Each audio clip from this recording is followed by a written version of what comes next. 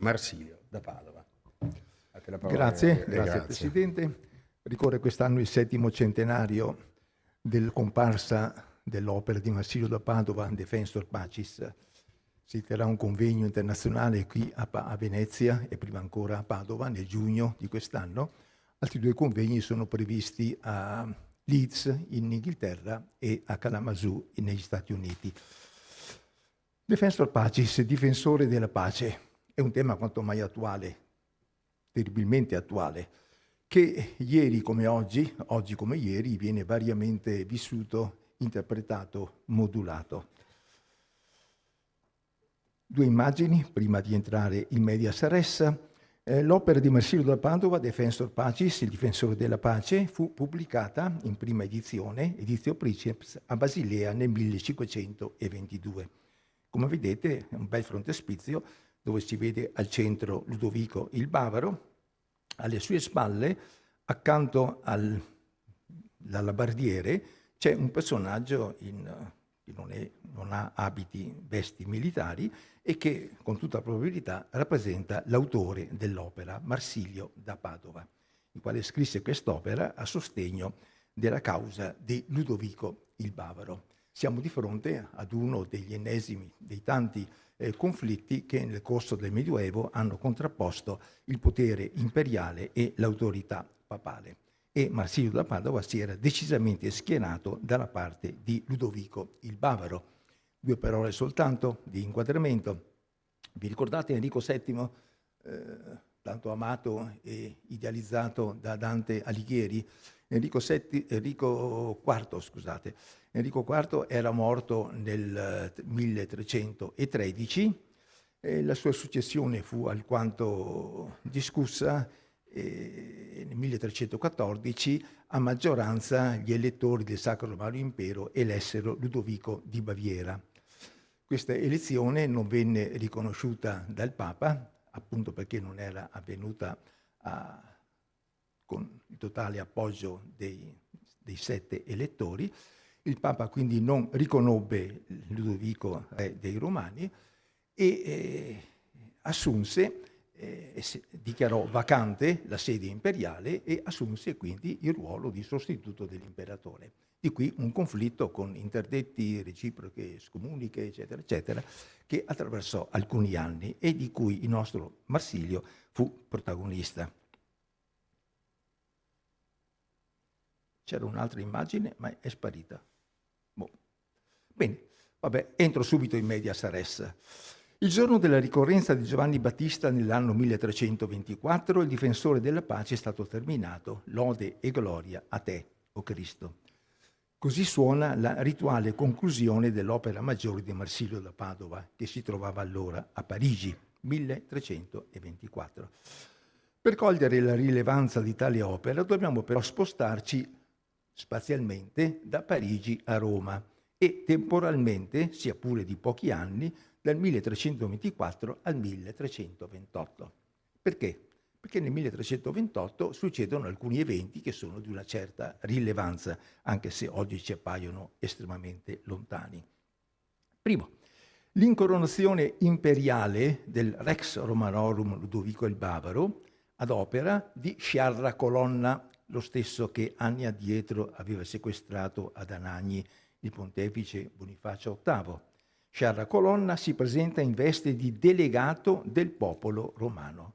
Quindi l'incoronazione non è effettuata dal pontefice, che allora era Giovanni XXII e si trovava ad Avignone, ma è effettuata, compiuta dal delegato del popolo romano, Sciarra Colonna, esponente del patriziato romano. Qualche mese dopo, ecco la sentenza imperiale di deposizione del Papa Giovanni XXII, che risiedeva, come dicevo, nella sede di Avignone, 18 aprile. Passa qualche settimana ed ecco il 12 maggio l'elezione, ad opera del popolo di Roma, alla presenza dell'imperatore, dell'antipapa Niccolò V, ovvero il francescano Pietro da Corvara, che a sua volta incoronò e confermò Ludovico quale sacro romano imperatore. Voi capite che si apre una questione decisamente importante. Ecco qui l'immagine, qui vedete una disegno trecentesco che raffigura Ludovico di Baviera, Ludovico il Bavaro. Qui vedete invece l'incoronazione a Roma del Ludovico il Bavaro. È un affresco che, se andate a Monaco, potete trovare nell'Hofgarten dietro la residenza a Monaco di Baviera. A Marsilio da Padova è quella figura con la barba un po' assorta che vedete sullo sfondo, di cui ora riproduco il particolare. Purtroppo è una pessima riproduzione perché non ho più trovato l'originale che avevo fatto a suo tempo, scusate.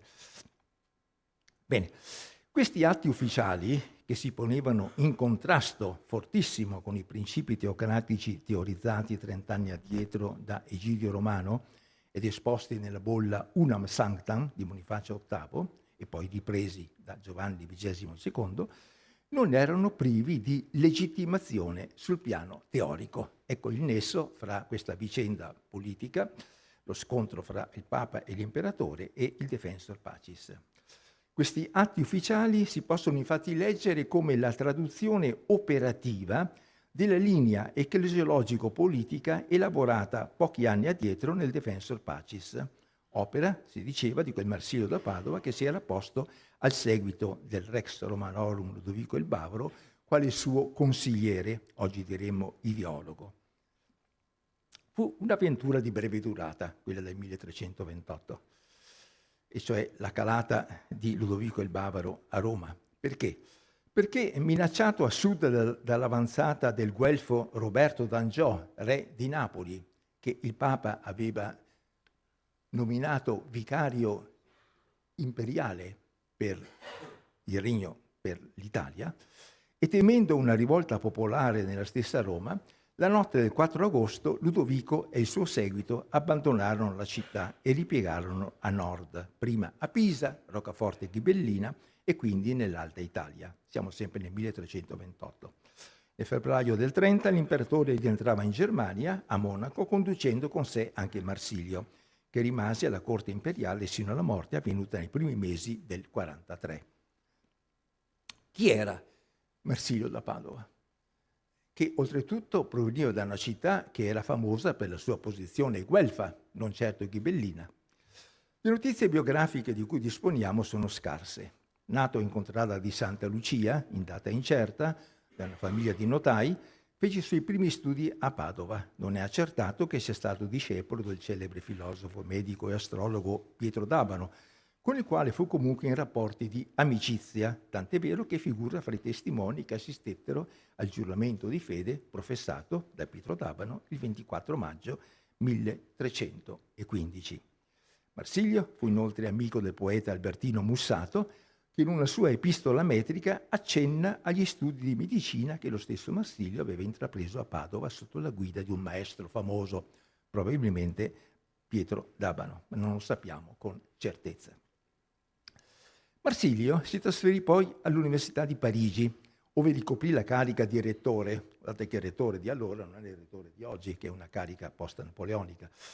Il rettore era un rappresentante degli studenti dal dicembre del 12 al marzo del 13.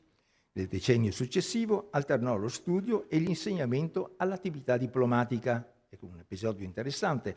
Nel 1319 fu in missione presso Carlo della Marche, futuro re di Francia, per proporgli di assumere la guida della Lega Ghibellina di Matteo Visconti e Cangrande della Scala. Siamo sempre dentro quella vicenda, quel conflitto di cui vi accennavo prima. Come si è detto, il Defensor Pacis risulta terminato il giorno di San Giovanni del 1324. Scusate. L'opera circolò dapprima anonima, ma quando ne furono individuati gli autori, oltre che a Marsilio, essa viene attribuita anche a Giovanni di Jardin, suo collega all'Università di Padova, i due magistri lasciarono Parigi nel 1326 e si rifugiarono presso Ludovico il Bavaro a Norimberga, ponendosi al suo servizio. Il 23 ottobre del 27, da Avignone, il pontefice Giovanni XXII emanò la bolla Licet Iuxta Doctrinam, in cui venivano condannate 5 tesi desunte dal Defensor Pacis. Eccole in breve. Primo, I beni temporali della Chiesa sono assoggettati all'imperatore. Secondo, gli apostoli ebbero pari autorità e Cristo non pose alcuno a capo della Chiesa, quindi negazione del primato di Pietro. 3. Spetta all'imperatore istituire, destituire e punire il Papa. 4. I sacerdoti, i vescovi e il Papa godono di uguale autorità. Quinto, il Papa e il clero in generale non detengono alcun potere coattivo, a meno che non sia loro concesso dall'imperatore. Vastissima, enorme è la letteratura critica ispirata alle vicende e soprattutto alle dottrine di Marsilio, che a partire dal secondo Ottocento hanno suscitato un forte interesse per la loro modernità, uso volutamente le virgolette, rispetto alla tradizione medievale, e hanno sovente dato luogo a letture assai diverse fra loro. Di qui l'opportunità di mettere meglio a fuoco la strategia posta in atto dal Padovano, muovendo dalla struttura del Defensor Pacis, opera teorica, certo, ma profondamente inserita nella lotta politica di quel tempo. L'opera è divisa in 3 parti, Auditiones, di cui la terza è una breve ricapitolazione delle tesi di fondo.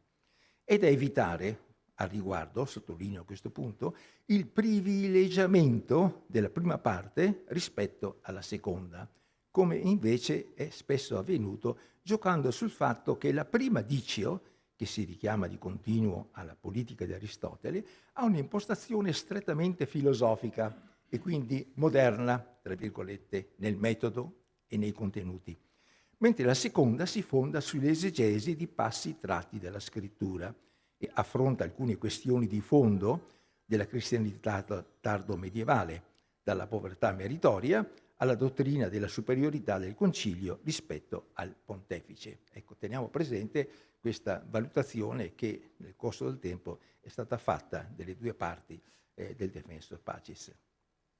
È per questo che molti filosofi della politica e del diritto, che hanno letto la prima dictio o dictio con l'occhio rivolto alla modernità, hanno finito con il considerare la seconda dictio, scusate, ho usato il latino medievale prima, dopo e poi il latino classico prima, come una semplice appendice. In realtà essa occupa quasi l'80% dell'opera, oppure una concessione alle circostanze e alla mentalità dell'epoca. Quindi ci troviamo di fronte a una interpretazione molto prospettica del Defensor Pacis, le cui dottrine sono state molte volte proiettate in avanti verso la modernità. In realtà, come lo stesso Marsilio dichiara a conclusione del capitolo iniziale della sua opera, le prime 2 ediciones sono strettamente collegate fra loro, con l'obiettivo di fornire alla causa imperiale di Lodovico il Bavaro un dossier il più possibile completo di argomentazioni contro la dottrina teocratica, tale da coprire sia l'ambito filosofico sia quello ecclesiologico. I punti essenziali di tale percorso teorico si possono così sintetizzare. Primo, il compito di regolare gli atti che nella vita terrena possono offendere i membri della comunità politica spetta ai governanti. Nessun governante, per quanto sia giusto e virtuoso, può governare senza le leggi, quindi centralità della legge.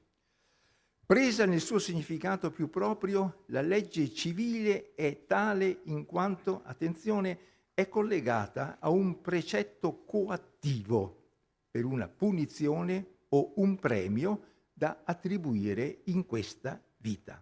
Pertanto, cito sempre dalla traduzione italiana del Defensor Pacis, non tutte le vere conoscenze delle cose giuste e vantaggiose per la comunità civile sono leggi, a meno che per la loro obbedienza non sia stato emanato un comando coattivo.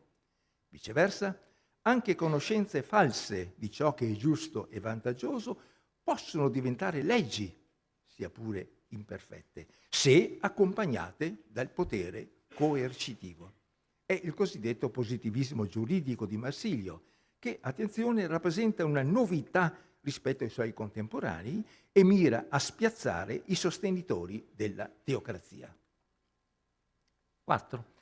Richiamandosi sempre ad Aristotele, Marsilio proclama a chiare lettere che il legislatore o causa efficiente prima e specifica della legge è il popolo o l'intero corpo dei cittadini, civium universitatem, o la sua parte prevalente, considerata, attenzione, come quantità e qualità delle persone in quella comunità politica per la quale è stata emanata una legge.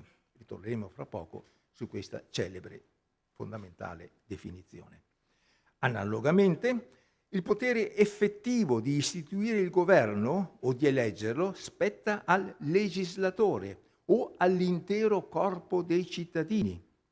Inoltre, gli spetta anche il diritto di correggere il governo e di deporlo se sarà vantaggioso per il bene comune. Il clero, la pars sacerdotalis, è soltanto uno dei ceti che compongono la città o il regno e la sua causa finale è esclusivamente spirituale e quindi proiettata nella dimensione ultraterrena.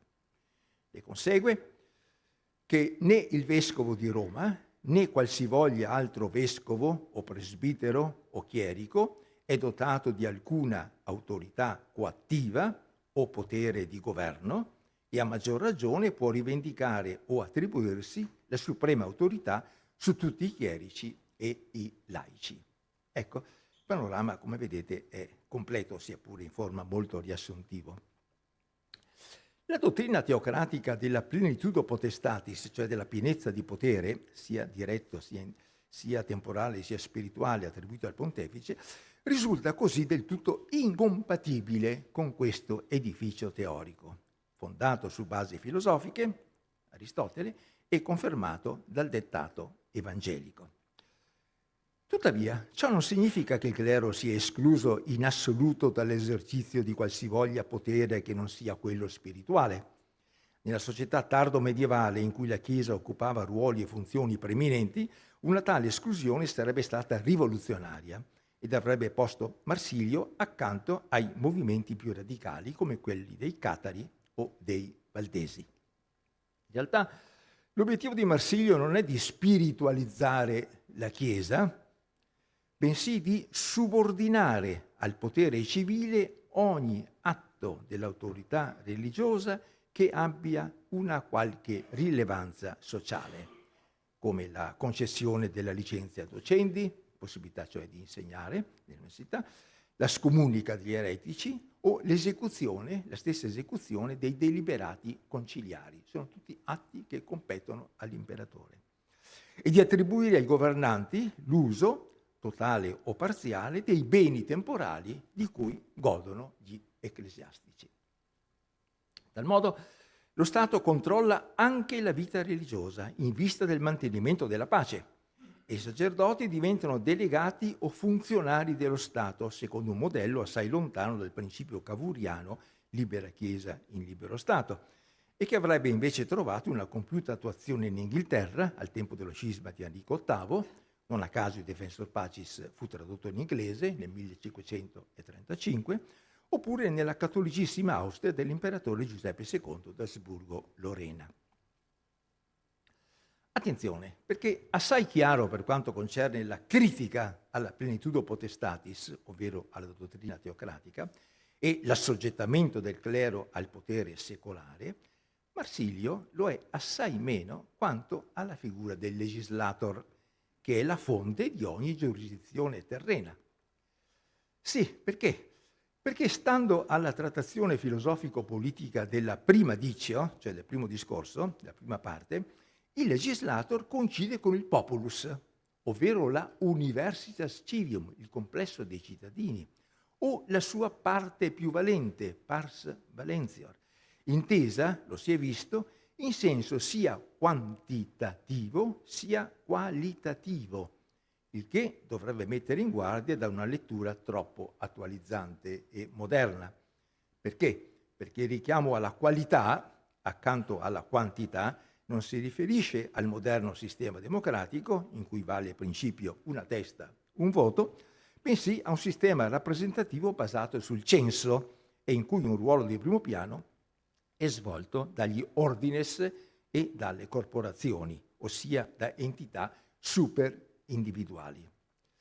Nella seconda dicio del Defensor Pacis il termine legislator ricompare nella forma legislator humanus fidelis, ma si assiste, attenzione, a una equivalenza progressiva fra tale concetto e la figura del Sacro Romano Imperatore. Mentre il concetto di pars valentior, la parte più valente, difficile tradurre in italiano, viene applicato al collegio dei 7 elettori cui spettava il compito di eleggere l'imperatore. Quindi il legislator nella prima dicio è l'universitas civium, il popolo. Nella seconda è l'imperatore, in quanto eletto dai 7 elettori. Di qui un divario a mio avviso apparente, fra la prima e la seconda dicio, che taluni studiosi hanno interpretato nel senso del contrasto fra un'originaria ispirazione comunale e democratica, tra virgolette, ben palese nel primo discorso, e il successivo approdo a un modello assolutistico ispirato dalla Francia di Filippo il Bello e dei suoi successori. In realtà, attenzione, il concetto medievale di rappresentatio, rappresentanza, che non coincide affatto con il moderno concetto di rappresentanza politica, consente di eliminare tale contrasto e quindi l'ipotesi di una rapida e sconcertante evoluzione o involuzione, a seconda di punti di vista, di Marsilio nel passaggio dal primo al secondo discorso. Attenzione, in quanto scelto dei 7 elettori che rappresentano, tra virgolette, la feudalità tedesca e quindi il popolo tutto, il Sacro Romano Imperatore rappresenta l'intero populus e finisce con l'incarnare concretamente il legislator, il cui primato è pienamente riconosciuto sul piano teorico, il popolo come legislator, ma la cui capacità operativa, in quanto appunto populus seu universitas civium, è limitata a piccole entità politiche, come la polis aristotelica e il comune o la signoria dell'Italia centro-settentrionale. Nella prima dizio, utilizzando Aristotele, fa riferimento alla polis e ovviamente anche alla situazione del comune, dei comuni e delle signorie in Alta Italia. È lì che il popolo può essere visto come il detentore del potere. Ecco. Ma in una prospettiva più ampia, che è quella del Sacro Romano Impero, ecco che il legislator, il detentore del potere, è l'imperatore.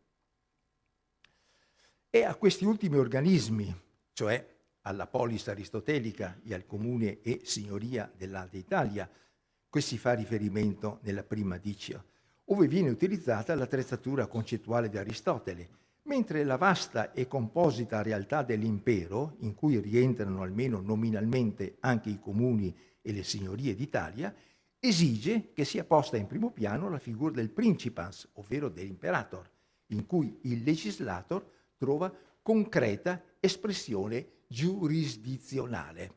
È una convivenza di sistemi diversi che ai nostri occhi appare inconcepibile, ma così era nel primo Trecento, anche perché poi i signori, come Matteo Visconti o come Grande della Scala, erano sì eletti in qualche maniera dal popolo, ma poi venivano riconosciuti come vicari imperiali. È una situazione assai complessa che è difficile per noi oggi mettere a fuoco. Quindi, lungi dall'apparire fra loro in contraddizione, la prima e la seconda dicio del Defensor Pacis vengono a costituire una ben congegnata macchina da guerra dottrinale, ove il discorso teorico rigorosamente fondato conferisce piena legittimazione alla prassi politica di Ludovico il Bavaro e alle sue rivendicazioni anticuriali. Marsilio non è dunque l'antesignano del moderno costituzionalismo, come per molto tempo è stato proclamato, ma è uomo del suo tempo, che oltretutto non si rifà al modello della Chiesa apostolica e primitiva, come avrebbero poi pensato i protestanti, bensì al modello della Chiesa al tempo di Costantino, quando l'imperatore esercitava un notevole potere di intromissione nella vita della Chiesa. Vi è tuttavia un aspetto fortemente moderno nell'atteggiamento intellettuale del padovano, ed è il lucido realismo con cui egli guarda alla vita della civitas seu regnum, la città ovvero il regno. Per lui sono due termini corrispondenti, ossia dello Stato, quello che per noi oggi è lo Stato. Per cui l'attenzione viene posta non tanto sulla prospettiva ideale, i fini dello Stato, ecco, quanto sul possesso ed esercizio del potere in senso pieno e forte, la potestas coactiva. Ed è significativo che lo stesso richiamo al tema della pace, così diffuso nel Trecento, non assuma in Marsilio quella tonalità etico-religiosa che era invece preeminente in altre grandi figure del tempo. Si pensi a Dante, a Petrarca o a Santa Caterina da Siena. Difatti, per Marsilio la Pax, e quindi la difesa della Pax, non è affidata a un personaggio inviato dalla provvidenza per risanare la cristiana Respubblica, come il Veltro dantesco o il Papa Angelico dei francescani spirituali, ma è una pax solidamente ancorata ai meccanismi del potere, i cui fondamenti vengono analizzati con metodo rigorosamente scientifico, così come era intesa allora la procedura scientifica, ossia aristotelico. Ciò che sta a cuore del padovano non è, a ben vedere, la pax universalis, di cui parlava il buon Dante, bensì la pax imperialis, una pax aggettivata, che il fronte ghibellino auspicava per le travagliate città del nord Italia. Una pace aggettivata dunque, non la pace in sé e per sé, tant'è vero che essa si conciliava con le mire espansionistiche di un can grande della Scala, signore di Verona e vicario imperiale, che mirava alla conquista della Guelfa a Padova. Guardando allora all'oggi, e chiudo, se ci spostiamo per un attimo nell'età presente, vi è da dubitare che il disincantato Marsilio si sarebbe schierato sotto le multicolori bandiere del pacifismo senza se e senza ma. O forse l'avrebbe fatto per amore della pace, certo, ma anche e soprattutto per un preciso calcolo politico. Grazie per l'attenzione.